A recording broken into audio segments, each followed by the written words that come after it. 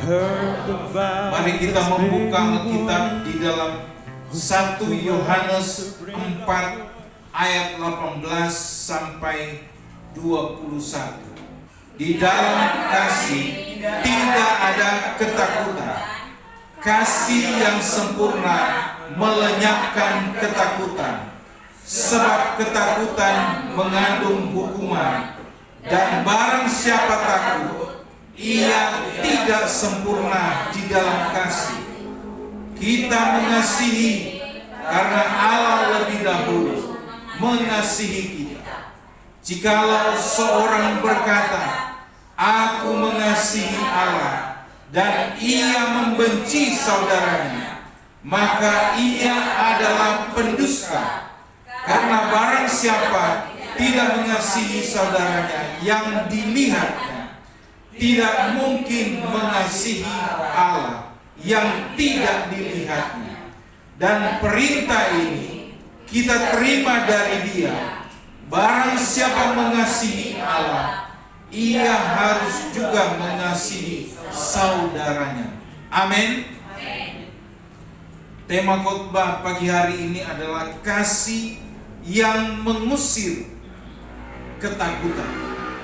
Setiap manusia pernah merasa takut. Kita takut gagal, kita takut ditolak, kita takut melihat masa depan, bahkan takut mendekat kepada Tuhan karena merasa tidak layak. Jadi semua manusia itu pernah merasa ketakutan, takut untuk melihat masa depan. Kalau saya lihat banjir yang terjadi minggu kemarin itu, yang ada di Aceh dan di Sumatera sebagian, memang mengerikan dan itu menakutkan, karena menyadarkan kita, oh Tuhan, walaupun saya tinggal di rumah yang sederhana, saya tinggal di rumah kontrakan, saya tinggal di rumah yang sempit gini, tapi kalau dibandingkan antara saya dengan kehidupan mereka yang ada di Aceh, yang ada di Sibolga, itu jauh sekali loh. Mereka takut dalam arti mereka sudah menghadapi satu musibah yang sangat besar. Ketakutan itu sangat wajar. Tetapi firman Tuhan berkata, di dalam kasih tidak ada ketakutan. Amin. Di dalam kasih tidak ada ketakutan. Kasih yang sempurna melenyapkan ketakutan. Artinya Tuhan ingin kita hidup bukan dalam ketakutan, tetapi dalam kasih yang membebaskan. Kita akan belajar yang pertama pagi hari ini adalah kasih Tuhan membebaskan kita dari ketakutan. Firman Tuhan katakan, kasih yang sempurna melenyapkan ketakutan. Ketakutan adalah tanda bahwa kita belum menangkap kasih Tuhan sepenuhnya. Artinya kalau kita sudah percaya sama Tuhan, kita mengaku Yesus Kristus sebagai juru selamat pribadi saya, maka saya harus hidup di dalam kasih Tuhan dan tidak boleh diintimidasi oleh ketakutan. Ketakutan memang datang, tetapi saya harus meminimalisirkan ketakutan itu, sehingga saya harus berkata, tidak, saya menolak ketakutan. Ketakutan akan datang, kamu tidak punya masa depan, kita mesti tolak itu di dalam nama Yesus. Aku percaya hidupku dalam tangan Tuhan. Kamu gak mungkin akan lolos dari ujian ini. Tapi kita katakan, Tuhan, aku hanya percaya kepada nama-Mu. Aku hanya berserah kepada nama. Beberapa kali memang ketakutan itu menghampiri hidup saya. Tapi ketika ketakutan itu datang, harus kita lawan dengan firman Tuhan. Harus kita memperkatakan firman Tuhan. Artinya, Tuhan, hidup saya ini Tuhan yang punya. Apapun yang terjadi, saya hanya percaya sama Tuhan. Itu cara untuk kita menghalau ketakutan yang terjadi dalam hidup kita. Kita tidak lagi takut dihukum. Kita tidak lagi takut dengan masa depan. Kita tidak lagi takut merasa gagal. Semua orang pernah gagal. Tapi kalau kita percaya pada Tuhan, Tuhan, mau saya gagal, mau saya lolos, mau saya berhasil, aku hanya percaya. Aku hanya percaya pada kuasa Tuhan. Kita tidak lagi takut ditinggalkan, karena Tuhan sudah mengasihi kita terlebih dahulu.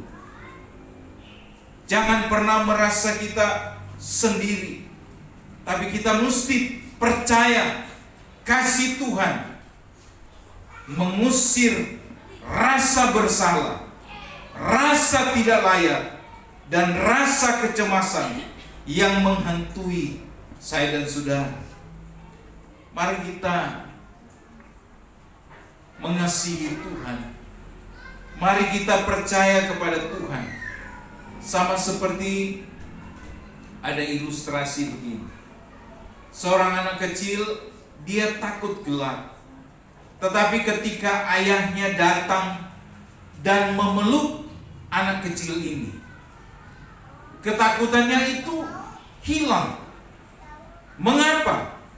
Bukan karena gelapnya hilang, tetapi karena kasih yang dia rasakan lebih besar dari rasa takutnya. Karena ayahnya ada, maka anak ini menjadi pemberani. Karena ayahnya ada, maka dia merasa bahwa dia gak perlu takut kegelapan karena ada ayahnya. Begitu juga dengan kita.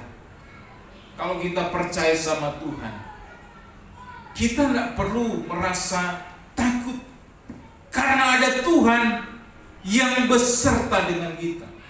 Memang kadangkala kita manusia ini terbalik dengan apa?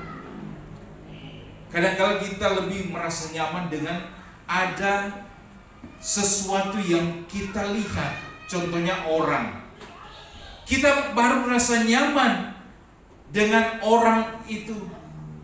Kita merasa nyaman karena ada yang mendampingi kita. Tapi coba kalau sudah tidak ada, orang yang di sekitar kita tidak ada, maka harusnya kita itu bergantung sama Tuhan. Kita itu percaya kepada Tuhan. Begitu juga dengan kita di hadapan Bapa Surgawi. Percayalah, pada waktu engkau sendiri, pada waktu engkau sedang menghadapi pergumulan sendiri, Tuhan itu mendekat engkau. Tuhan itu memberikan kekuatan kepada engkau. Tuhan gak akan biarkan kita, tapi Dia akan mendekat. Dia akan memberikan jalan keluar bagi saya dan saudara. Yang kedua, kita mengasihi karena Tuhan lebih dulu mengasihi kita. Nah, kalau kita baca 1 Yohanes 4 ayat 19, kita mengasihi karena Allah lebih dahulu mengasihi kita. Jadi kalau orang tanya, kenapa kita harus mengasihi Tuhan? Karena Tuhan lebih dahulu mengasihi kita. Tandanya apa? Karena Tuhan Yesus Kristus mati di atas kayu salib.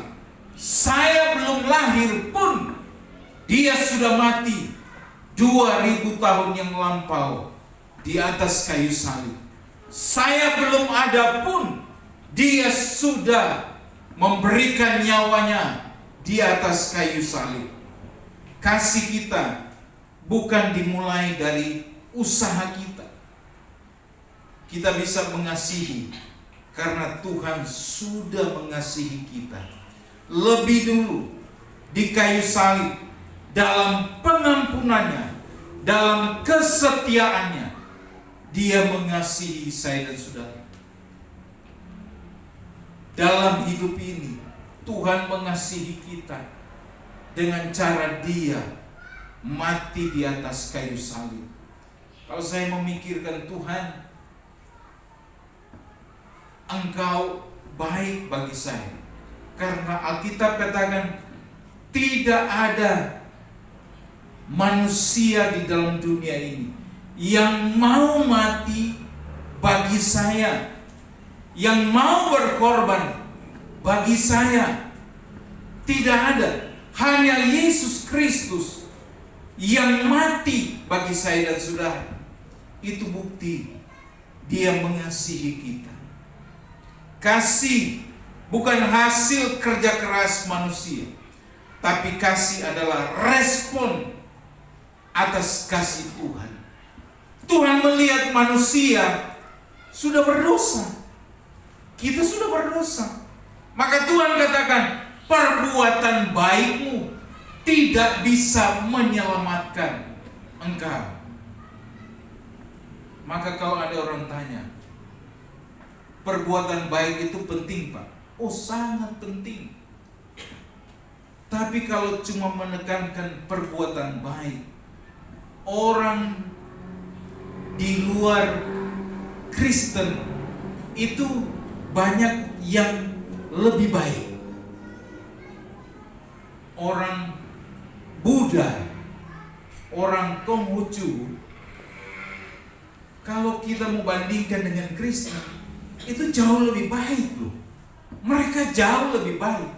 Kalau mereka menekankan kita mesti baik di dalam dunia ini, memang sangat penting. Tetapi jauh lebih penting adalah kita mesti percaya kepada Yesus Kristus, karena Dia yang menyelamatkan kita. Pada waktu kita percaya pada Yesus, maka otomatis perbuatan baik itu mengikuti dan kita melakukan itu.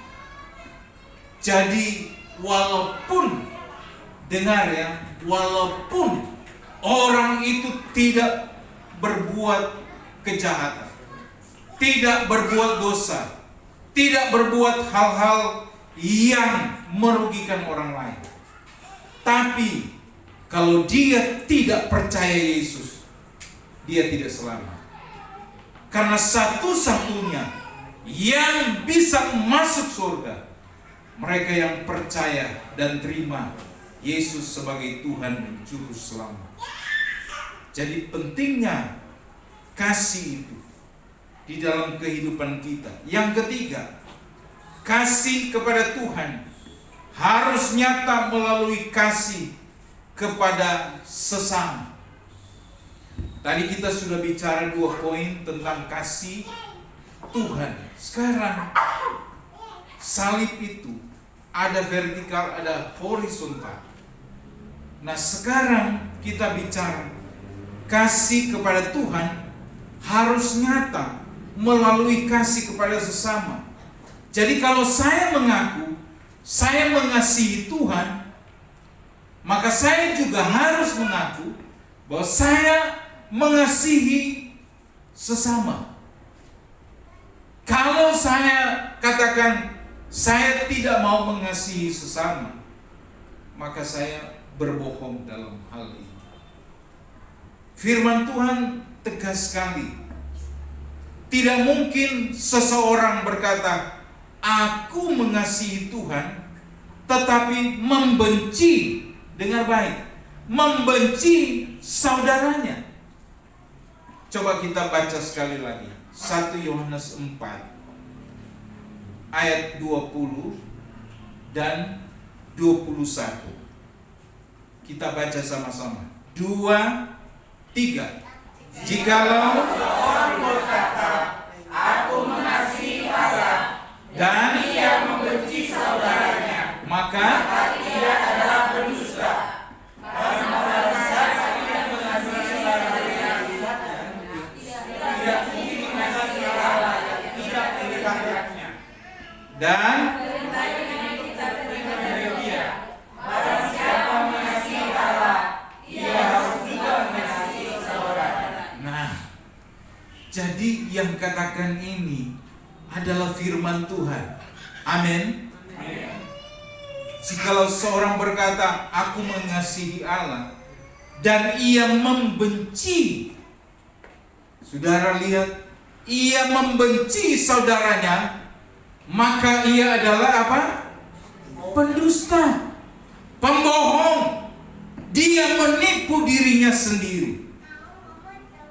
Saudara, dalam hal ini saya ingin jelaskan begini. Kasih kepada Tuhan bukan hanya sekedar teori saja, tetapi harus terlihat dalam tindakan. Kalau saya mau mengasihi Tuhan, maka orang yang bersalah sama saya katakan, saya melakukan pemberesan terhadap orang itu. Saya clearkan, dan saya harus mengasihi dia. Yang kedua, apa yang saya harus lakukan? Saya mengasihi dia. Tetapi mungkin saya harus menjaga jarak dengan dia. Paham ya maksud saya ya? Saya berteman dengan Olive, tapi Olive ini ada kesalahan yang dia buat. Saya panggil, saya tegur, begini. Dia mau terima atau tidak, terserah. Yang penting saya sudah bereskan. Tapi saya tidak benci dia. Hanya di dalam pergaulan saya dengan Olive, mungkin sudah ada jarak yang membatasi kita. Maka saudara yang dikasihi Tuhan, saya mau katakan kepada kita semua, jangan juga hubungan kita terlalu dekat, jangan juga terlalu jauh. Pintar-pintar kita membawa diri kita. Artinya, kalau kita juga terlalu dekat, maka satu waktu ketika kita terjadi clash, maka semua keburukan yang pernah kita ceritakan itu bisa terbongkar. Karena kita sudah terlalu dekat. Kalau kita menjaga sebatas, saya menjaga pergaulan saya. Makanya firman Tuhan, jagalah pergaulanmu sama saudara. Coba saudara perhatikan, adakah saya dengan Ibu Ami kalau pergi berkunjung ke rumah saudara, kita tanya sampai akar-akarnya? Enggak. Karena urusan rumah tangga, urusan saudara sendiri. Urusan kami hanya membawa firman Tuhan, kasih tahu firman Tuhan. Lebih dari itu, kita tidak pernah menyinggung apa saudara lakukan, Apa mengenai keluarga kalian? Bagaimana kalian hidup? Itu tinggal bagaimana kita menyikapi. Jadi dalam hal ini, jemaat cewek-cewek sadar, saya mau katakan, jangan terlalu dekat. Jangan terlalu dekat. Karena kalau terlalu dekat itu berbahaya. Mengasihi sesama dituntut kita harus bisa mengampuni meski itu sulit. Tapi pada waktu Tuhan Yesus disalib dan seorang penjahat di sampingnya berkata, "Tuhan, ingatlah aku kalau Engkau ada di Firdaus."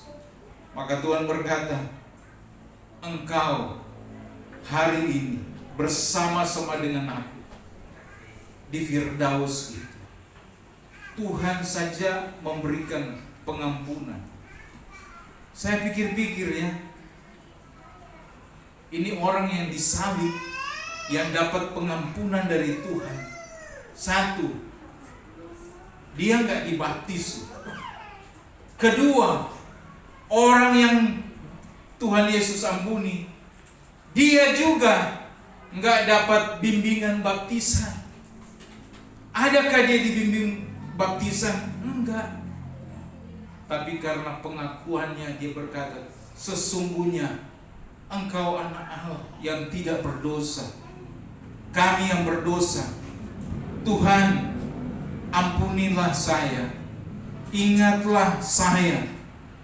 Maka Tuhan Yesus mengampuni dia. Berarti hidup kita adalah tergantung dari apa yang kita percaya pada Tuhan. Waktu kita percaya Tuhan, memang saya sudah berdosa, saya membutuhkan pertolongan Tuhan. Kita membutuhkan pertolongan Tuhan, berarti kita menunjukkan kita mengasihi Tuhan, dan kita juga mengasihi sesama kita. Harus bisa. Tapi kadangkala iblis yang suka datang sama kita. Kadangkala lihat plafon rumah, gambar orang itu yang muncul. Rasanya pingin marah. Kenapa ya dia muncul? Tapi sebetulnya bukan orang itu yang muncul. Itu karena pikiranmu memikirkan dia lebih banyak dari apa yang harus kamu pikirkan. Maksud saya begini, kita karena sudah mikir-mikir orang itu, jadi ketika kita lihat tembok, orang itu punya muka yang muncul. Karena kita memikirkan dia. Coba kalau saudara tidak mikir, tidak ada muka dia di tembok itu. Maka lepaskanlah pengampunan kepada orang yang menyakiti kita. Lepaskanlah pengampunan. Hubungan kita dengan Tuhan tercermin dalam hubungan kita dengan orang lain. Jadi kalau kita berkata, "Aku mengasihi Tuhan," maka aku juga harus mengasihi sesama. Di jemaat ini, mari kita, memang sakit pada waktu, kenapa ya dia marah sama saya? Tapi kalau menurut saya, mari kita lepaskan saja. Olive, Om minta maaf kalau Om ada salah. Tapi kalau saya sudah lepaskan pengampunan, dia nggak terima, itu urusan dia. Urusan dia dengan Tuhan. Yang penting saya ini dari hati saya sudah plong. Saya sudah melepaskan pengampunan. Hari ini kita mau perjamuan kudus. Apa aplikasinya bagi kita? Yang pertama, izinkan kasih Tuhan mengusir ketakutanmu. Engkau takut gagal, engkau takut masa depan, engkau takut apa yang engkau akan hadapi. Katakan dalam dirimu, aku percaya aku masih punya Tuhan. Datang kepadanya dengan apa adanya. Manusia bisa menolak engkau, tapi Tuhan tidak akan menolak. Manusia bisa menolakmu, tapi Tuhan tidak akan menolakmu. Yang kedua, terima dan percaya bahwa kamu sudah dikasihi Allah lebih dahulu. Jadi kita perlu ingat, orang lain tidak mengasihi saya, tidak apa-apa. Tapi saya percaya Tuhan sudah mengasihi saya. Tuhan sudah cinta sama saya. Mari kita tunjukkan kehidupan kekristenan di dalam Tuhan kita Yesus Kristus. Amin.